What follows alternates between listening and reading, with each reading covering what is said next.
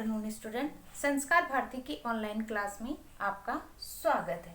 देखो, अपना टॉपिक है जनसंख्या से संबंधित, वो अपना चल रहा था, जिसमें मैंने आप लोगों को जनसंख्या और संसाधन दोनों के अंदर क्या है संबंध, रिलेशनशिप, ये चीज़ें पिछले टॉपिक में आपको बता दी थी कि जनसंख्या और संसाधन दोनों एक दूसरे से किस प्रकार से संबंधित होते हैं। यानी कि पृथ्वी के ऊपर जितने भी संसाधन पाए जाते हैं, उन संसाधनों को तब तक नाम नहीं दिया जाता जब तक वो मानव की आवश्यकता की पूर्ति ना करे। तो संसाधन के लिए कहा जाता है कि वे पदार्थ जब तक क्या है मानव की मूलभूत आवश्यकताएं या आवश्यकता की पूर्ति नहीं कर पाते हैं, तब तक वो क्या है संसाधन नहीं कहलाते हैं, प्राकृतिक संसाधन है वो नहीं बन पाते हैं।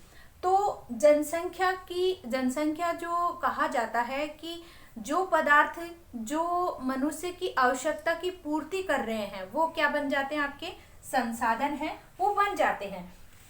यानी कि संसाधनों क्या, संसाधन और जनसंख्या दोनों में संबंध कैसे बनेगा। यानी कि जैसे आपकी जनसंख्या है, मानव संसाधनों का उपभोग नहीं करेगा, यानी कि जो संसाधन जो होते हैं उनका निर्माता कौन है,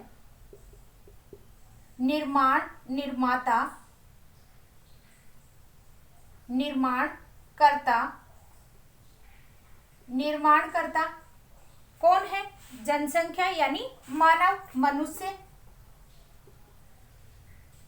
और मनुष्य के द्वारा क्या किए जाते हैं, संसाधनों का जो निर्माण है वो किया जाता है। तो दोनों के मध्य संबंध इस तरीके से बना हुआ है कि जब तक मानव जिन संसाधनों का निर्माण नहीं करेगा, बनाएगा नहीं, तब तक वो उसका क्या है उपभोग भी नहीं कर सकता।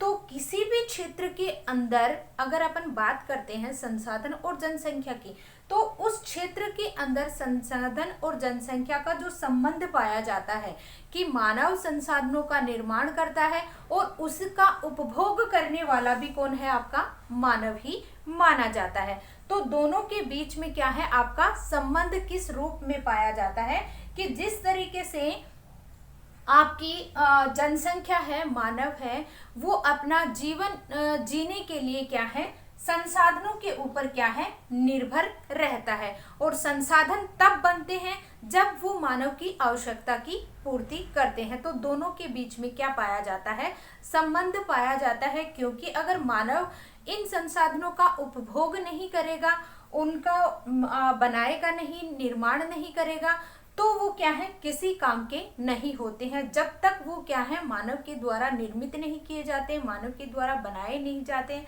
मानव के द्वारा काम में नहीं लिए जाते हैं, तब तक संसाधनों का कोई मोल नहीं होता है। जब मानव इनका उपभोग करता है, या संसाधनों के लिए कहा जाता है कि संसाधन जब तक मानव की आवश्यकता की पूर्ति नहीं करते हैं, तब तक वो संसाधन नहीं माने जाते हैं।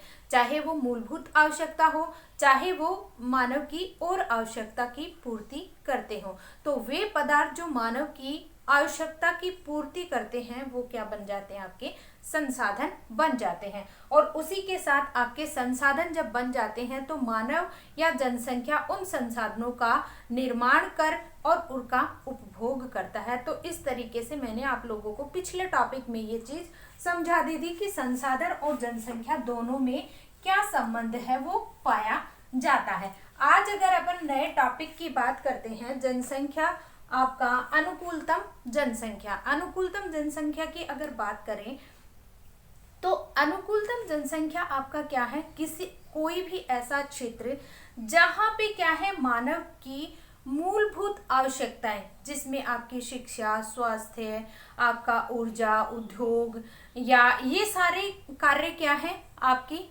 मतलब आसानी से प्राप्त हो जाते हैं। या कह सकते हैं कि जो संसाधन और जनसंख्या दोनों के बीच में क्या है संतुलन पाया जाता है, जिससे क्या है किसी क्षेत्र विशेष के अंदर जनसंख्या का दबाव नहीं बन पाता है। या कह सकते हैं कि जहाँ पे संसाधन है वो मानव की आवश्यकता जो मूलभूत आवश्यकता है उसकी पूर्ति करने के साथ साथ मानव का जो जीवन स्तर है वो क्या हो जाता है, उच्च हो जाता है। वो क्या है, आपका अनुकूलतम जनसंख्या है, कहलाता है। तो अनुकूलतम जनसंख्या के अनुकूलतम जनसंख्या का अर्थ व परिभाषा सबसे पहले किसने दिया, कैटिलोन। सबसे पहले कैटिलोन महोदय है, एक राइटर है जिन्होंने क्या है आपके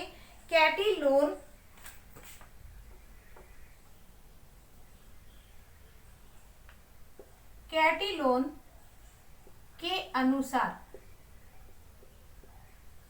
अगर अनुकूलतम जनसंख्या की बात करते हैं, कैटिलोन महोदय के अनुसार अनुकूलतम जनसंख्या की अगर बात करते हैं तो देखो सबसे पहले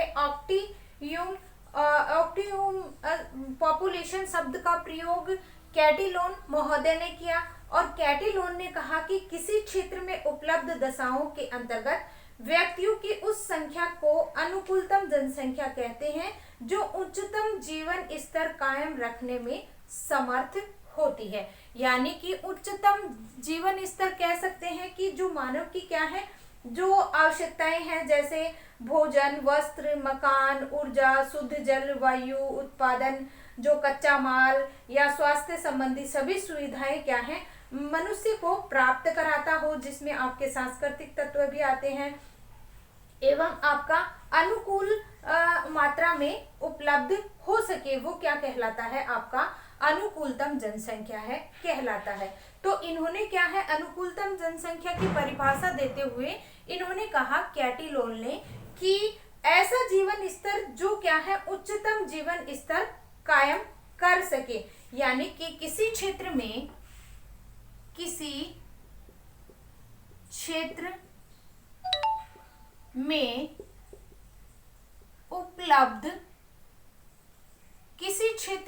उपलब्ध दशाओं के अंतर्गत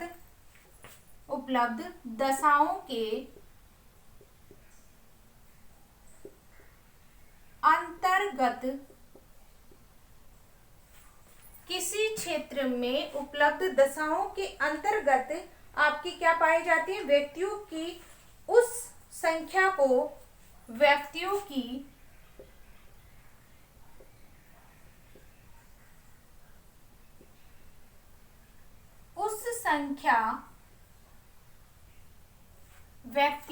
उस संख्या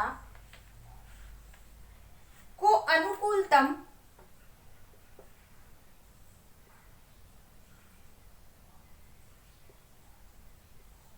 जनसंख्या कहते हैं।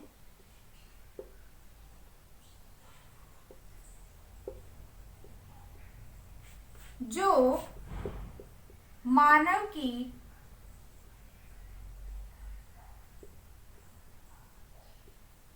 उच्च जीवन स्तर कायम रखने में सक्षम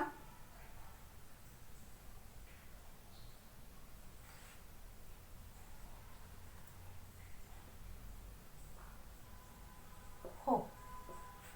यानी कि कैटिलोन महोदय ने क्या कहा है, किसी क्षेत्र में उपलब्ध दशाओं के अंतर्गत व्यक्तियों की उस संख्या को अनुकूलतम जनसंख्या कहते हैं जो मानव की उच्च जीवन कायम रखने में सक्षम हो। उच्च जीवन के अंदर क्या आ जाता है, आपका स्वास्थ्य है, आपकी शिक्षा है, उसका जो जीवन स्तर है, उसका खान पान है, उसका रहन सहन है, रीति रिवाज है, आर्थिक कार्य हैं, राजनीतिक कार्य हैं, ये सारी चीजें क्या है, इसके अंदर सम्मिलित किए जाते हैं, जिसके अंदर आपका उच्च स्तर है, उच्च जीवन स्तर है, उच्च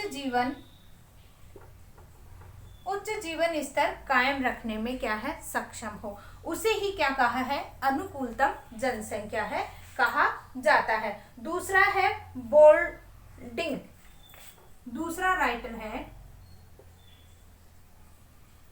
बॉल्डिंग के अनुसार, बोल्डिंग के अनुसार अगर चर्चा करें तो बोल्डिंग महोदय ने क्या कहा है, वह जनसंख्या जिस पर जीवन स्तर अधिकतम होता है, वह जनसंख्या जिस पर जीवन स्तर अधिकतम होता है, वह जनसंख्या जिस पर जीवन स्तर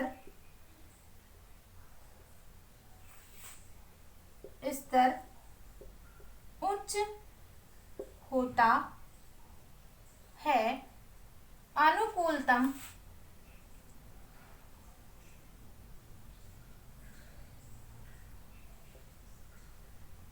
जनसंख्या,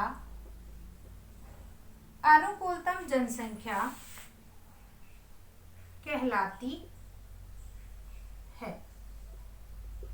बोल्डिंग महोदय ने क्या कहा है, वह जनसंख्या जिस पर जीवन स्तर उच्च होता है, वह वही चीज जो आपके कैटिलोन ने कहा है कि जिस जनसंख्या के अंदर मनुष्य का जो जीवन स्तर है वो अधिकतम क्या पाया जाता है, उच्च पाया जाता है, वो ही क्या कहलाता है, आपका जो अनुकूलतम जनसंख्या है वो कहलाता है। उसी के साथ साथ अगर बात करते हैं तो आपका कार्ल साउंड्स तीसरा राइटर है, कार्ल साउंडर्स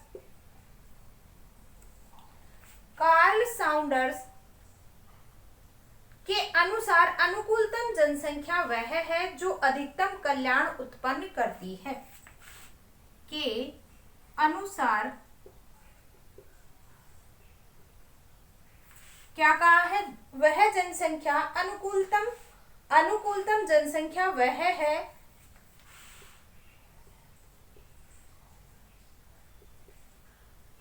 जनसंख्या वह है जो आपका अधिकतम कल्याण उत्पन्न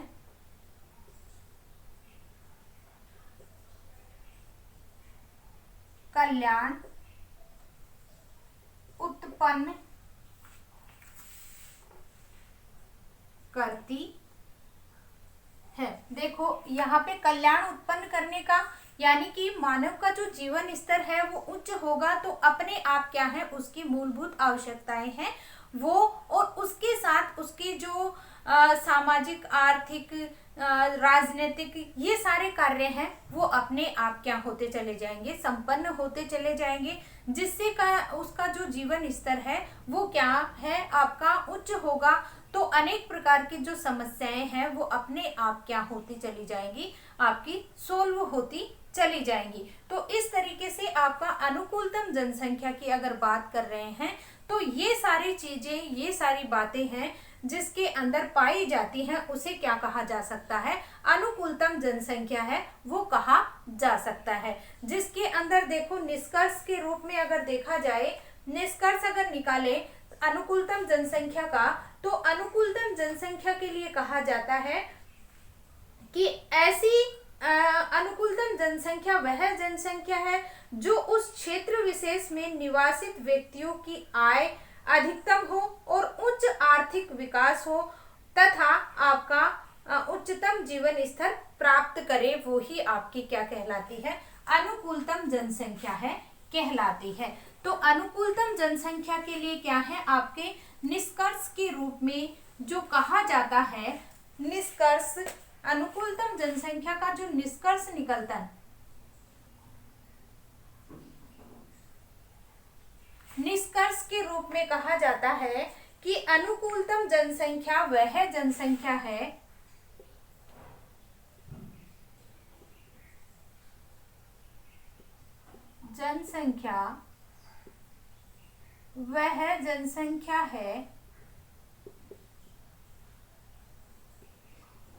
अनुकूलतम जनसंख्या वह जनसंख्या है जो उस क्षेत्र विशेष में निवासित, जो उस क्षेत्र विशेष में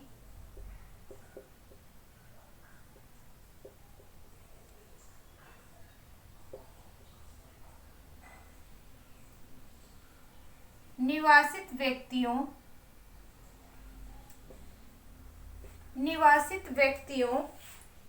की आय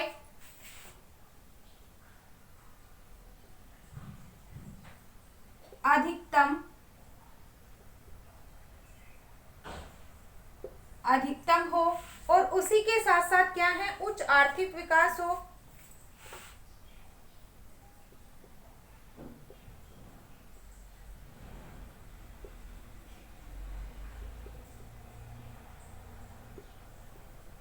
वह उच्च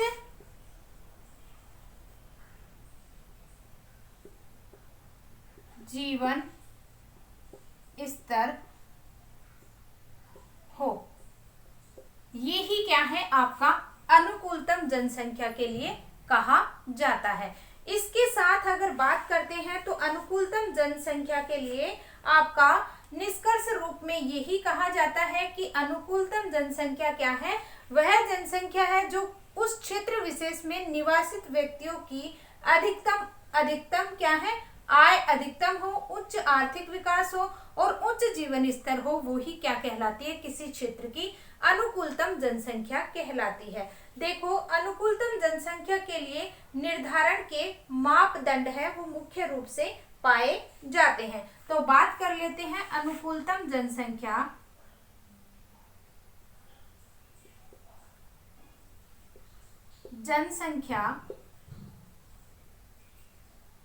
के मापदंड। अनुकूलतम जनसंख्या के कुछ मापदंड पाए जाते हैं या निर्धारण किया गया है मापदंडों का। तो सबसे पहले अगर बात करें तो पहला है आपका पूर्ण रोजगार।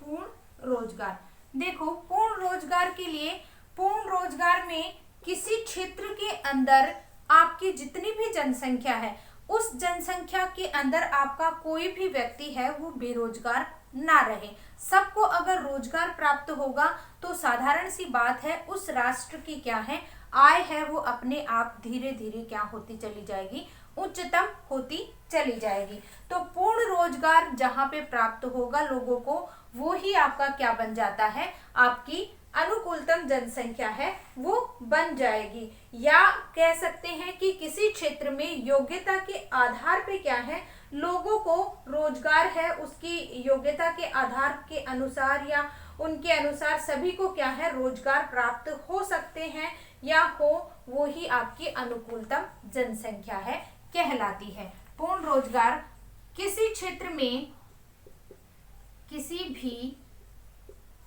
क्षेत्र में व्यक्तियों को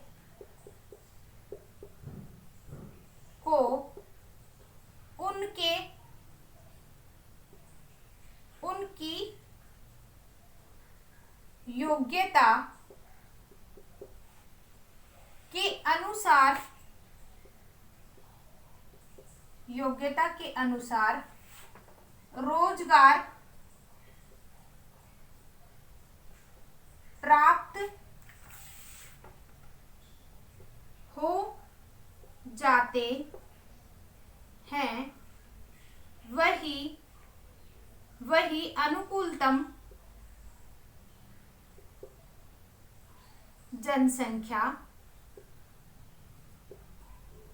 मानी जाती है।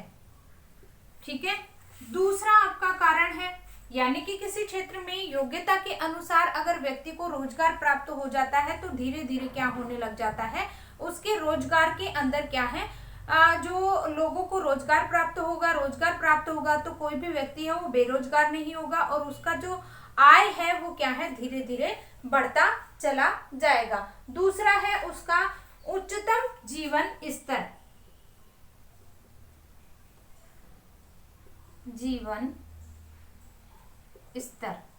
देखो, अगर लोगों को किसी क्षेत्र में क्या है रोजगार प्राप्त हो जाएंगे, सभी को, पूर्ण का मतलब सभी को रोजगार प्राप्त हो जाएंगे किसी क्षेत्र में, तो आपका क्या है, उच्चतम जीवन स्तर, यानी कि लोगों का जो रहन सहन है वो क्या है, आपका तीव्र गति से विकास करेगा।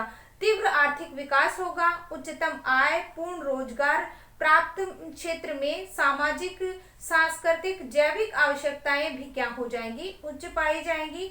अतः जीवन स्तर क्या है, उच्च प्राप्ति के लिए उत्तम स्वास्थ्य एवं सभी सुविधाओं का पूर्ण व्यवस्था पर आधारित है। तो ऐसी व्यवस्था क्या है, आपका क्या है, पूर्ण रोजगार अगर लोगों को प्राप्त हो जाएंगे तो धीरे धीरे क्या है, जब रोजगार प्राप्त हो जाएंगे तो आर्थिक, सामाजिक, आपके स्वास्थ्य से संबंधित जितनी भी समस्याएं आती है वो क्या है, धीरे धीरे पूर्ण होती चली जाएंगी। तो ये क्या है, आपके जीवन स्तर के ऊपर निर्भर करता है। अगर जीवन स्तर उच्च होगा तो आपकी क्यों क्या कौन सी दशा बन जाती है, अनुकूलतम जनसंख्या की दशा है वो बन जाती है। तो जीवन स्तर, पूर्ण रोजगार व पूर्ण रोजगार प्राप्ति के साथ लोगों को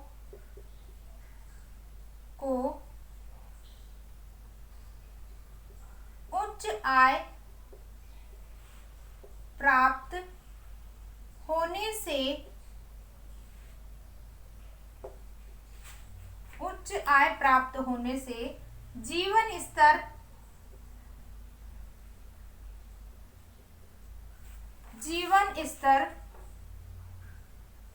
उच्च बन जाएगा और लोगों की स्वास्थ्य, आर्थिक, सांस्कृतिक,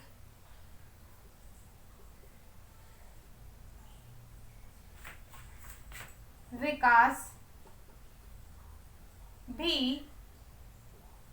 उच्च हो जाता है। तो इस तरीके से आपकी जो अनुकूलतम जनसंख्या के अंदर आपके जो कारक हैं, निर्धारित कारक हैं, वो इस रूप में देखने को मिलते हैं। इसका स्क्रीनशॉट लेना चाहते हो तो ले सकते हो।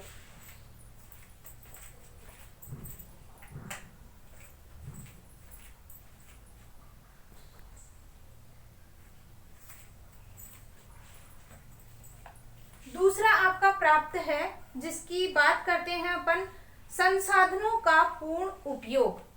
अगला कारक है संसाधनों का पूर्ण उपयोग।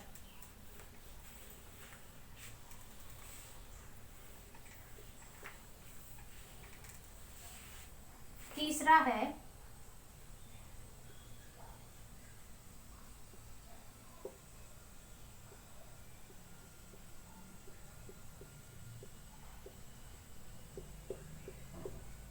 संसाधनों का पूर्ण उपयोग। देखो, ऐसी जो अनुकूलतम जनसंख्या है, किसी भी अनुकूलतम जनसंख्या का अगर अपन अध्ययन करते हैं तो अनुकूलतम जनसंख्या में उपलब्ध संसाधनों का आधुनिकीकरण, उसके साथ प्रौद्योगिकी की सहायता से पूर्ण उपयोग होता है। प्रौद्योगिकी विकास के साथ नवीन संसाधनों की जानकारी होती रहती है तथा उनका आवश्यकता अनुसार क्या है, उपयोग होता रहता है। वो ही आपका क्या है, अनुकूलतम जनसंख्या, वही आपकी क्या है, अनुकूलतम जनसंख्या है, वो बन जाती है। तो इसके अंदर क्या है, अनुकूलतम जनसंख्या में उपलब्ध संसाधनों का, अनुकूलतम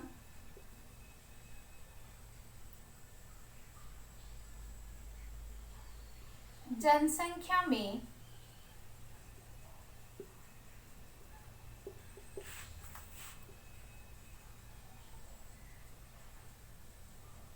उपलब्ध संसाधनों का उपयोग, उपलब्ध संसाधनों का उपयोग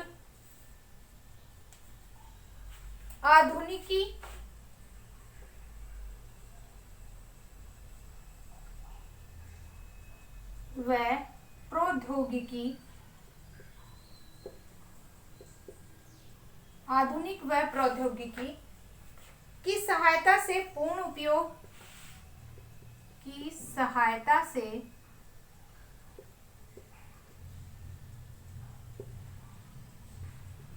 उपयोग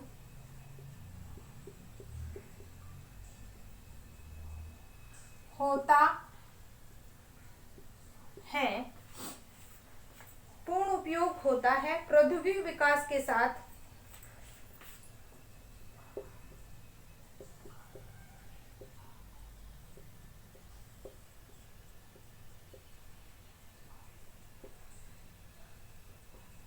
प्रौद्योगिकी विकास के साथ आपकी क्या है, नवीन संसाधनों की जानकारी रहती है। नवीन संसाधनों की जानकारी रहती है। उसी के साथ क्या है आपकी, तथा उनका आवश्यकता अनुसार उपयोग होता है। तथा उनका आवश्यकता अनुसार उपयोग होता है।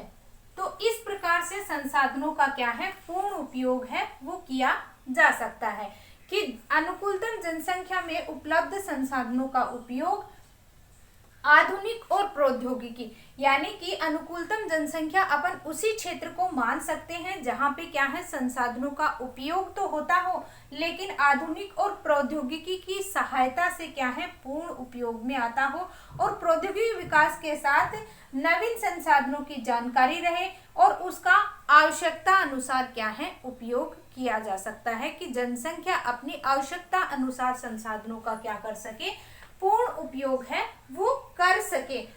अगला आता है आपका जनाकीय संरचना।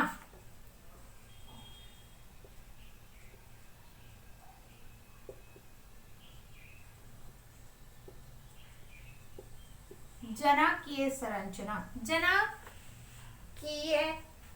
संरचना की अगर बात करते हैं तो अनुकूलतम जनसंख्या में लिंग, आयु, लिंग आदि सभी क्या है संतुलित अवस्था में पाए जाते हैं।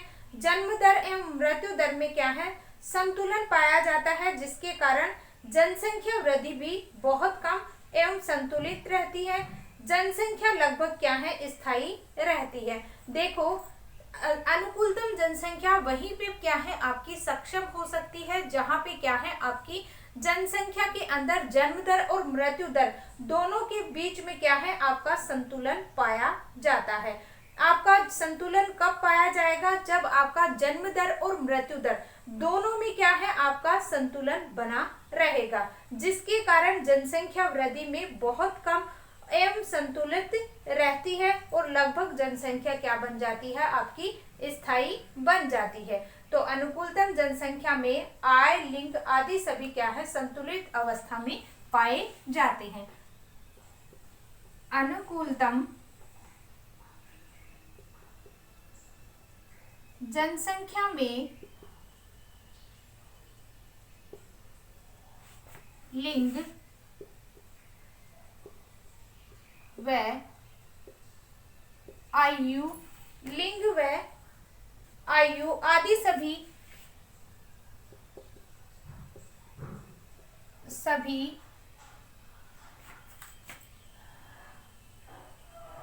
संतुलित आदि सभी संतुलित अवस्था में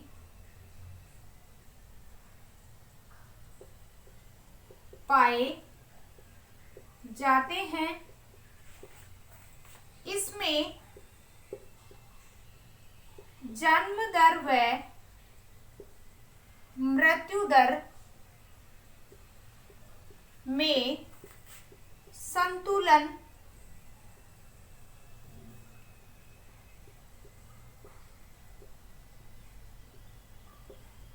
पाया जाता है वह जनसंख्या स्थायी होती है, जनसंख्या स्थायी होती है। और उसी के साथ साथ क्या है आपकी, जिसके कारण जनसंख्या वृद्धि में बहुत कम व संतुलन रहता है, जिसमें क्या है आपका क्या है, जब तक आपकी क्या होगी, जन्म दर और मृत्यु दर दोनों में क्या है संतुलन पाया जाएगा, कि जितनी मृत्यु दर हो रही है उतनी ही क्या है आपकी जन्म दर हो रही है, जिसके कारण क्या है आपका दोनों के बीच में संतुलन पाया जाता है। और संतुलन पाया जाएगा तो ही आपकी क्या है स्थायी जनसंख्या है, जो अनुकूलतम जनसंख्या है वो बनी रहेगी। उसी के साथ साथ आपका क्या है छठा पॉइंट आता है, पांचवा आता है प्रदूषण रहित विकास।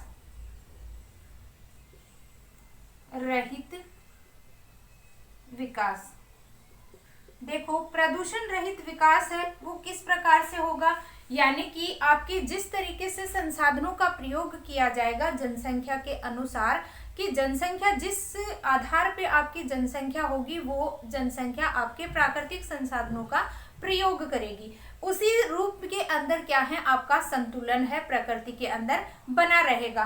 तो जिस प्रकार से आपके जितने संसाधन होते हैं होंगे उसी तरीके से आपकी जनसंख्या है उनका उपभोग करेगी, तो दोनों के बीच में क्या है आपका संतुलन है वो बना रहेगा, जिससे क्या है आपका प्रदूषण है वो नहीं हो पाएगा। अनुकूलतम जनसंख्या क्षेत्र में जलवायु पर्यावरणीय प्रदूषण की मात्रा है वो बहुत कम पाई जाती है। और इसके साथ साथ एक वैज्ञानिक है टेलर महोदय ने, इन्होंने क्या कहा है, अनुकूलतम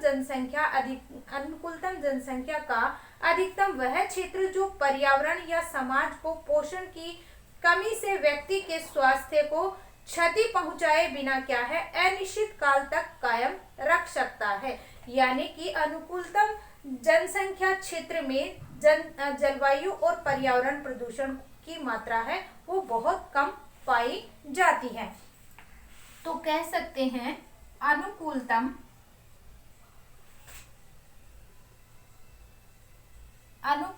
जनसंख्या में पर्यावरण व जलवायु को प्रदूषण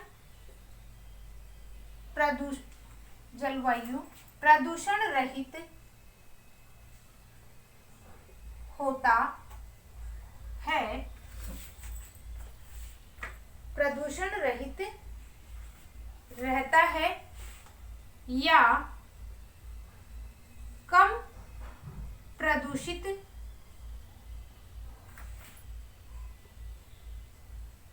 हो पाता है।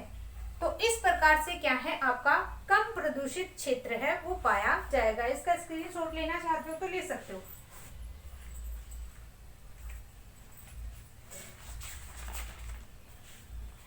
लास्ट है आपका सकल राष्ट्रीय उत्पाद।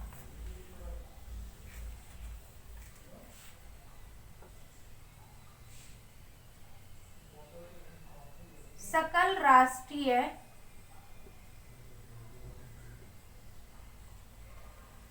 राष्ट्रीय उत्पाद। देखो सकल राष्ट्रीय उत्पाद की अगर बात करते हैं तो किसी क्षेत्र विशेष में कुल उत्पादन का आकलन सकल राष्ट्रीय उत्पाद कहलाता है। किसी क्षेत्र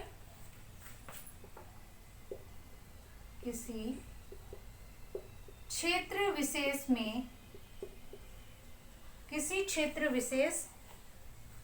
के कुल उत्पादन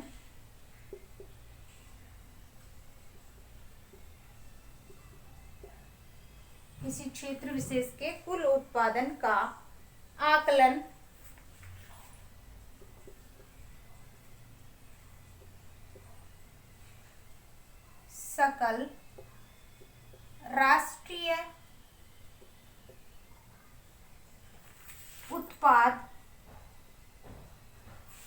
सकल राष्ट्रीय उत्पाद कहलाता है।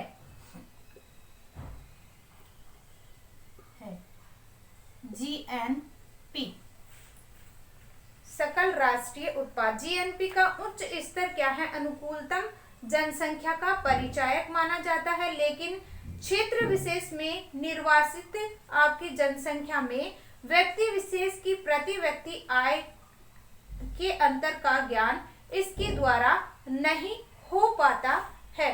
तो ये क्या है? आपका अनुकूलतम जनसंख्या का क्या है? परिचायक माना जाता है। जीएनपी का उच्च स्तर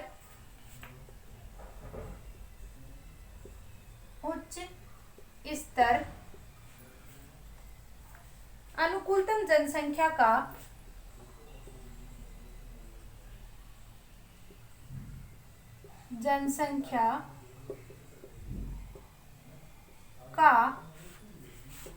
परिचायक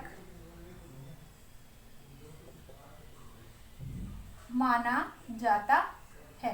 तो इस प्रकार से क्या है? अनुकूलतम जनसंख्या के मुख्य क्या है? आपके निर्धारक मापदंड है वो माने जाते हैं, जिसमें आपका सकल राष्ट्रीय उत्पाद है, पूर्ण रोजगार है, उच्च जीवन स्तर है, संसाधनों का पूर्ण उपयोग है, जनानिकीय संरचना है और प्रदूषण रहित विकास है। ये सारे क्या है? आपकी अनुकूलतम जनसंख्या का निर्धारण करते हैं। आज के लिए बस इतना ही। धन्यवाद।